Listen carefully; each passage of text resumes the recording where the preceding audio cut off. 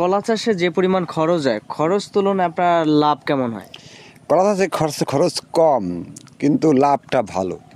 যে আপনার যদি কলা যদি মোটামুটি আমাদের কলা যদি একটা ছড়ায় যদি 1 পণ 1.5 পণ কলা হয়, মোটামুটি ভালো বড় হলে 1.5 পণ হয়। তো 1.5 পণে মোটামুটি যেমন ধরেন 30 শালি কলা হলে অ্যাভারেজে আপনি পাইতেছেন 750 টাকা, 700-750 টাকা পাইতেছেন একটা ছড়ায়। আর আপনার একটা ছড়ায় খরচা আছে বেশি গেলে 50 টাকা থেকে 60 টাকা নিজে করতে পারলে। আর হালকা পাতলা তো বদলা আমরা তো কৃষক নেই, অনেক চাষের জন্য মানে সার প্রয়োগ করা লাগে, কোবান লাগে, বিভিন্ন পর্যায়ের ক্ষেত্রে লাগাতে হয়, এই সময় আমাদের লোক নিতে হয়। সেই ক্ষেত্রে আমাদের কলা প্রতি 100 টাকা খরচা আছে গাছ প্রতি পুরো সিজনটায়।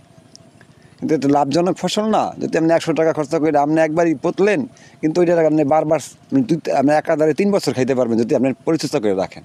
আবার পরিচর্যা করা 3 বছর পর আপনি ভাঙ্গা নতুন করে আপনি চাষ করলেন। এইভাবেই তো করতে হয়। আপনাদের স্থানীয় বাজারে কলার যে পরিমাণ চাহিদা রয়েছে, সেই হিসাবে সেই চাহিদা অনুযায়ী কি আপনি কলা সেল দিতে পারেন না, বাজারে? আসলে চাহিদা অনুসারে দিতে পারতাছি না, কিন্তু চাহিদা আরও অনেক।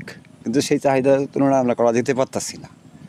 আমার কাছে তো ডেইলি 2-3 জন 4 জন পর্যন্ত মানে পাইকার আসে, ঠিক আছে, কিন্তু আমি সেভাবে দিতে পারতাছি না।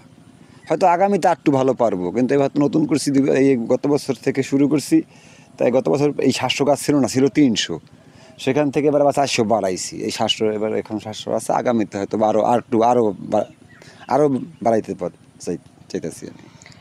কলার চারা, একটা কলা গাছ যখন ফলন দেয়, ওই ফলন দেওয়ার কতদিন পরে ওই কলার চারাটা আপনারা ওখানে রাখেন, কিংবা কলাটা ফুলানোর জন্য, কলাটা পরিপুষ্ট করার জন্য কলা গাছের যে ড্যাম, যেটাকে স্থানীয় ভাষায় ড্যাম বলে, সেই ড্যামটা আপনারা কতদিন পরে ওখানে রাখেন?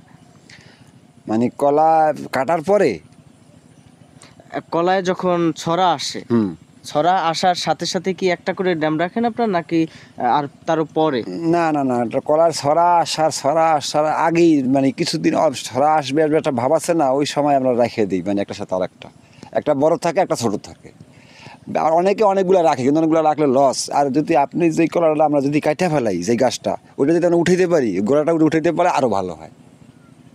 যেই কলা গাছটা কাটে ফেলাইছি, যদি ওইটা গোড়াটা আমি উঠাই ফেলাই, তাহলে কি আমার যেই গাছটা থাকলো সেই গাছটা পুরাপুরি মাটির যে শক্তিটা সেটা পাইতেছে। আর ওখানে মানে কীটপতঙ্গ পোকামাকড় হইতে পারে ওই পচা গাছটার গোড়ায়, সেটা হবে না। যেটা উঠাইতে পারলে লাভ ভালো বেশি। উঠাইতে পারলে পরবর্তী কলাটা খুব ভালো হয়।